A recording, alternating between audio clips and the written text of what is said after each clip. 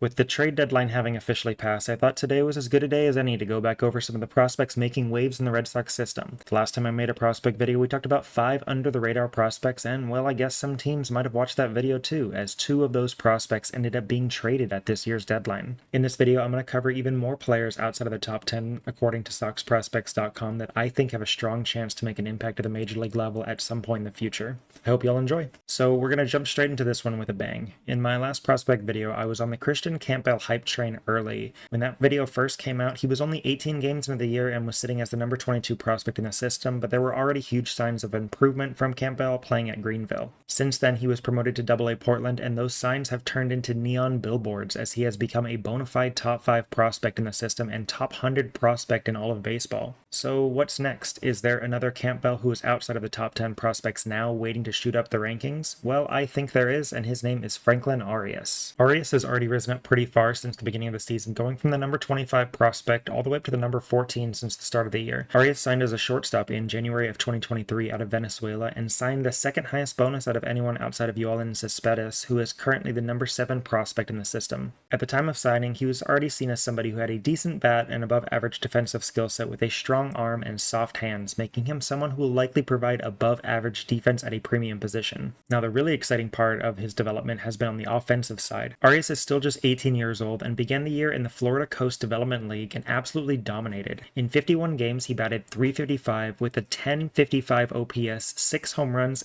30 stolen bases, and 34 walks to just 36 Ks. Since then, Arias was promoted to Loe Zalem and has already smacked a couple home runs and stolen a few bases while still showing that power speed threat. Arias' development offensively has been a revelation for him, and between that and an increase in his willingness to ability to steal on the base pass, Franklin has gone from a 2-tool talent to a true 5-tool threat. To put this skyrocketing ascension into context, legendary baseball analyst Peter Gammons reported on Twitter that 3 scouts told him recently that Franklin Arias would have been the number 1 shortstop taken in this year's draft. And since J.J. Weatherholt was the first shortstop taken at number 7 overall, this is Gammons reporting that Arias would have potentially been a top 10 to top 5 prospect this season and this year's MLB draft. With as much hype that has been given about the Red Sox being able to snag Brady Montgomery number 12 overall this year, Arias is already arguably a better prospect. So keep your eyes out for this guy, as he's going to be moving up these rankings very fast. Next up, let's talk about a guy on the other end of the system who is almost major league ready in Chase Midro. Midro just turned 23 and is currently sitting at AAA, where he's played all season and might be one of my favorite prospects in all of baseball. Chase, a 2022 4th-round draft pick, has played 90 games for the Red Sox this year, and all he does is hit. He has batted .295 with an outrageous .438 on-base percentage, and the best part about Midro is he has developed into a guy that just refuses to strike out.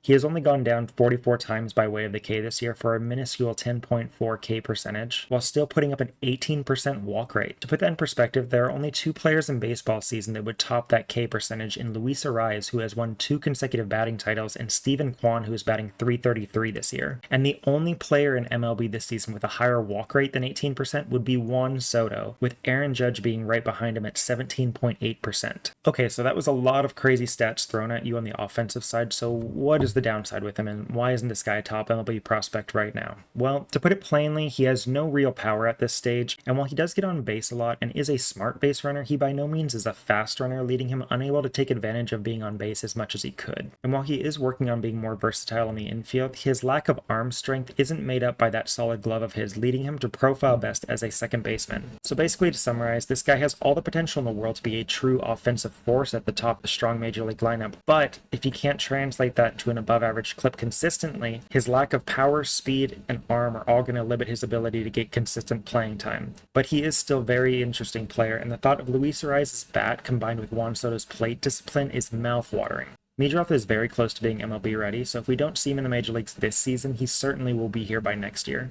Alan Castro is currently a 21-year-old switch-hitting outfield prospect playing in High A for the Greenville Drive and has pretty quickly turned around a cold start. Castro originally signed for just $100,000 out of the Dominican Republic back in 2019 and has steadily risen throughout the system, but it's really over the last month that he's taken the world by storm. Over his last 17 games, Castro has figured out his swing and is batting .323 with a .694 slugging percentage, a .1094 OPS, and has 6 home runs and 16 RBIs. That power is incredibly encouraging for Castro, as in 3 total prior seasons, his career high for any one of them was only 7 home runs in 112 games last year. With this recent stretch of bombs off the bat, he already has 13 home runs this season, and he's one of those guys that'll give you a bit of everything, kind of profiling as an average to above average skill set across the board. While there is still a lot of room for him to grow, and he doesn't walk as much as I would like him to, he strikes me as one of those guys that's like Matthew Lugo or Edinson Paulino type prospects who are valuable organizational pieces and could develop into something more as they reach the upper minors. Not only early is our first pitcher today, but not our last, as for the first time in forever, the Red Sox actually have some kind of interesting pitching prospects. Connolly is currently 22 years old and was drafted in the 5th round back in 2023. He started off the season playing for the Greenville Drive before recently being promoted to AA and has just been showing off this year. In 77.1 innings pitched, he has 101 strikeouts and just 27 walks allowed, good for a fantastic 11.9 K per 9 and a 3.1 walk per 9. Early has done a very good job at keeping a minimum to the contact, as well as his 6.9 hits per 9 and just 6 home runs allowed this season are both very strong stats.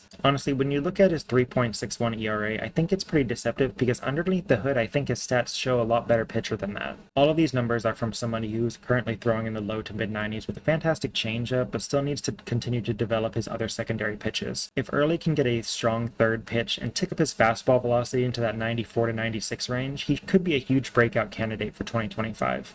Mikey Romero is currently the number 26 overall prospect in the system and was drafted by the Boston Red Sox 24th overall in the first round of 2022 and is finally starting to show that prospect pedigree. After almost looking like a total bust this last season while battling injuries, Mikey came back this year and was hurt again to start the year, leading many to question if he was ever going to find success in professional baseball, but over the last month, he has emphatically answered those questions. In the month of July, Romero over 19 games went 20 for 82, batted .354 with an 1163 OPS, had 7 home runs and 20 extra base hits for the Greenville Drive while having one of the best months in all of minor league baseball. When he was drafted, he was seen as a bat-first middle infielder, and much of that has come to pass this year, and while his bat obviously has been playing, he has been well below average playing both second base and shortstop. Romero is also a guy who doesn't add much speed to his game, so it's very likely he either ends up being strictly a second baseman or having to move to one of the corner outfield spots to get his bat in the lineup. Regardless of what position he ends up being, his bat has always been his calling card, and if he can continue to light up the way he has been this month, the 20-year-old is going to be in the upper minors very soon and start moving up these prospect rankings fast.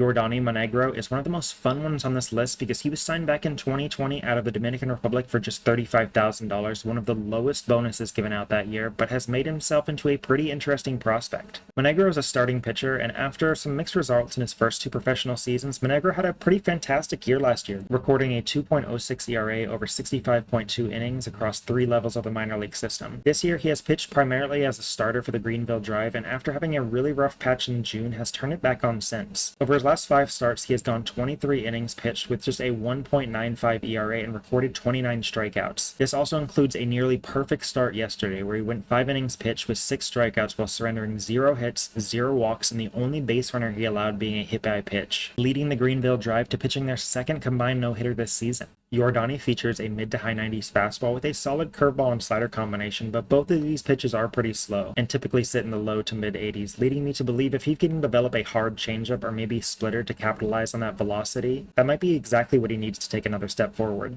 Hunter Dubbins is the only returning player out of the 5 prospects that I covered in my last video, as 2 of those players were traded, 1 player is unfortunately out for the season, and Christian Campbell blew up from a fringe top 20 prospect to a clear top 5 prospect. But Dobbins is back on this list again, he has much of the same reasons as last time. He is a guy with an upper 90s fastball with 2 strong secondary pitches with a slider and curveball, and while his walk and K rate have both gone in the wrong directions this season, his stats haven't reflected that. Dobbins has only given up 1 home run in 83.2 innings pitched, which is pretty incredible, and his 601 OPS allowed is very strong. For a guy who has now 30 starts in AA over the past 2 seasons, I think he's someone who will definitely be in AAA by the start of next year and will be a strong candidate to make his major league debut at some point in 2025. Yinson Garcia is the brother of another relevant Red Sox prospect named Johan Fran Garcia, who I covered in my last prospect video as someone I saw as a big breakout candidate, but was unfortunately lost for the season after tearing his ACL. Since then, however, Yinson has apparently been out for vengeance for his brother, as he has been tearing the cover off the ball.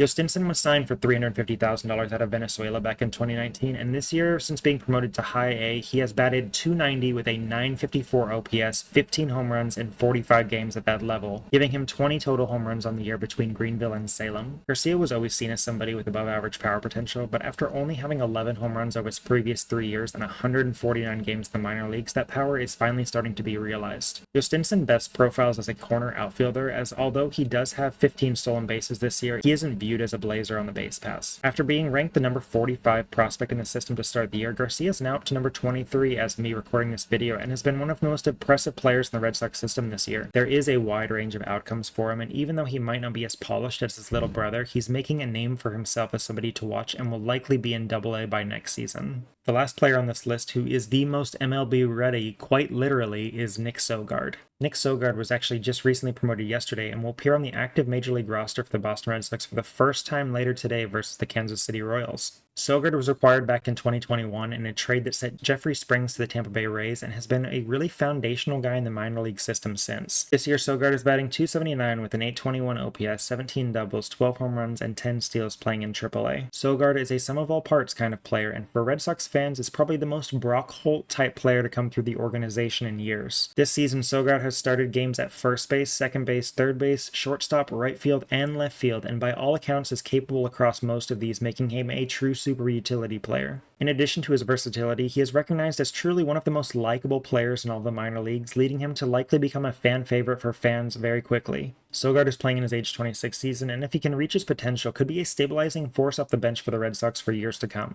Anyway, everybody, that's the video. I hope you guys liked hearing about some of the prospects that you might not have known much about. If you did enjoy this video, please do me a favor and like and subscribe to the channel. I'm very grateful to everybody who's joined this channel in the past few weeks, and while I'm still working on improving it, it's been awesome to see the support. Thank you guys all again, and I will see you next time. Bye.